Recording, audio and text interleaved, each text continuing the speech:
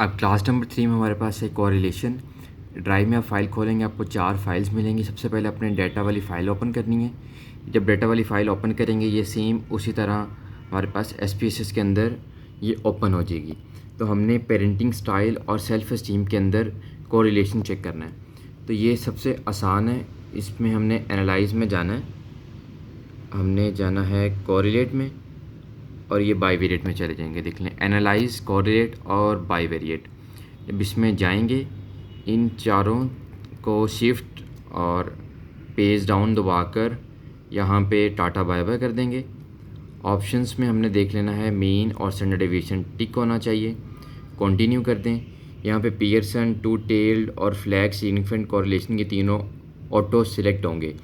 अब flag significant correlation का फ़ायदा ये होता है कि जब हमारे पास डाटा हम आगे देखेंगे, आउटपुट आएगी, तो उसमें हमारे पास एस्टेरिक्स लगे होंगे जो ये हमें ऑटोमेटिक बता दें कि ये डाटा सिग्निफिकेंट है या नहीं है। तो यहाँ से हम ओके कर देंगे। जब ओके करेंगे, ये हमारे पास आउटपुट आ गई, मीन, स्टैंडर्ड डेविएशन, और ये हमारे पास कोरिलेशंस आ गए। अब ये ज़रा ध्यान से देखना है, जो हमने इस आउटपुट से जो APA टेबल बनाना है, self esteem, self esteem, self esteem, authoritative, self esteem, authoritarian और परमिसिव। इसमें हमने जो सबसे पहली लाइन है ना, इस पहली लाइन की हमने वैल्यूज़ उठा लेनी है। ठीक है। दूसरी बात कि जो ये सेकंड लाइन में लिखा हुआ है सिग्निफिकेंट वाला, ये आपको इसकी P वैल्यू बता रहा है। इस P वैल्यू से आप ये बता सकते हो कि भाईजान ये सिग्निफिकेंट है, मोस्ट सिग्निफिकेंट है। अगर वैल्यू 0.05 से कम हुई तो ये सिग्निफिकेंट होगा। अगर ये 0.01 से कम हुई तो ये मोस्ट सिग्निफिकेंट होगा। अगर 0.05 से ज़्यादा हुई तो ये नॉट सिग्निफिकेंट होगा। जैसे ये देखें 0.04, ये 0.04 0.05 से कम है तो ये सिग्निफिकेंट है। इसके सिग्निफिकेंट होने की वजह से इसके ऊपर ये एक स्टेरिक लगा हुआ है।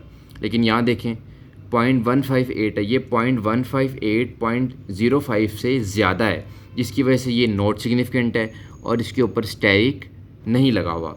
अभी देखें 0.000, ये 0.00 से कम है, जिसकी वजह से ये मोस्ट सिग्निफिकेंट है और इसके ऊपर स्टेरिक कितने लगे हुए हैं? 2। सिंपल। अब हमने क्या करना है, इस आउटपुट से जो जो हमें चीज़ें चाहिए APA के अकॉर्डिंग, उसको वर्ड का डॉक्यूमेंट खोलना है। वर्ड का डॉक्यूमेंट कहाँ से खुलेगा? ये रहा, टेबल ऑफ APA। इसको जब हम ओपन करेंगे तो ये इस तरह से क्या आ गया, ये ओपन हो गया। अब ये ज़रा देखें, सबसे ऊपर लिखा कोरिलेशन, फिर हाइपोथेसिस जो भी हमारे पास है, टेबल, फिर parenting style and self esteem. इन चारों को लिख लेना। इधर मीन और स्टैंडर्ड डेविएशन की वैल्यू आउटपुट से उठा के यहाँ डाल देनी है। फिर 1 2 3 4 जो पहली लाइन की वैल्यूज थी हमने वो यहाँ पे लिख दी हैं विद स्टेरिक। ठीक है। अब बारी आती है इसके इंटरप्रिटेशन की, जो मेन चीज़ है।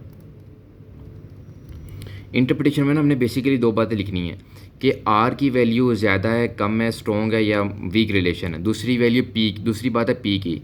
अब बात यह है कि हम सेल्फ एस्टीम को बाकी तीनों के साथ कोरिलेट कर रहे हैं, तो इसका मतलब है सेल्फ एस्टीम का बाकी तीनों के साथ हमने एक तरह का कंपैरिजन कर देना है।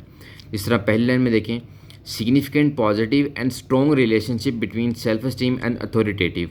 ये हमें कैसे पता चला कि R की वैल्यू 0.65 है। ये देखें 0.65 है, तो अगर 0.6 7 8 9 हो तो ये कोरिलेशन स्ट्रॉन्ग होता है। ये हमने लास्ट सेमेस्टर में पढ़ी थी वैल्यूज़। और P की वैल्यू 0.05 से लेस देन है, तो ये हमारे पास सिग्निफिकेंट है। लेकिन यहाँ देखें ये 4 है, तो ये मॉडरेटेड नेगेटिव है और नॉट सिग्निफिकेंट है। यहाँ पे स्टेरिक कितने हैं? 2 हैं। और ये हमारे पास मोस्ट सिग्निफिकेंट होगा, और 0.9 वैल्यू, तो ये मोस्ट स्ट्रॉन्ग होगा। तो ये देखें पॉजिटिव है और क्या गया, हाँ वेरी हाई है और पॉजिटिव है। तो इस तरह इंटरप्रिटेशन करनी है। और डब्बा वैसे ही बनाना है। पहले ये डब्बा इस तरह था, किधर गया, ऑल बॉर्डर्स। इस तरह बॉक्स बना के वैल्यूज पुट करके फिर APA की फॉर्म में कन्वर्ट करने के लिए हम यहाँ से कर देते हैं नो बॉर्डर्स, फिर कर देते हैं बॉटम बॉर्डर, टॉप बॉर्डर, और फिर वही पहली लाइन सेलेक्ट करके यहाँ से कर देंगे हम बॉटम बॉर्डर।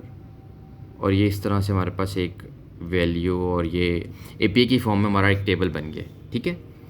इसमें आउटपुट में थोड़ा ध्यान रखना है, इस आउटपुट से हमने ये पहली लाइन की वैल्यूज़ उठा लेनी है कोरिलेशन के लिए। जो सेकंड लाइन वाली वैल्यूज़ हैं वो आपको पी वैल्यू बता रही है, और यहाँ से आपने मीन और स्टैंडर्ड डेविएशन को उठा लेना है। ये आपकी कोरिलेशन वाली क्लास ख़त्म होगी। अल्लाह हाफ़िज़।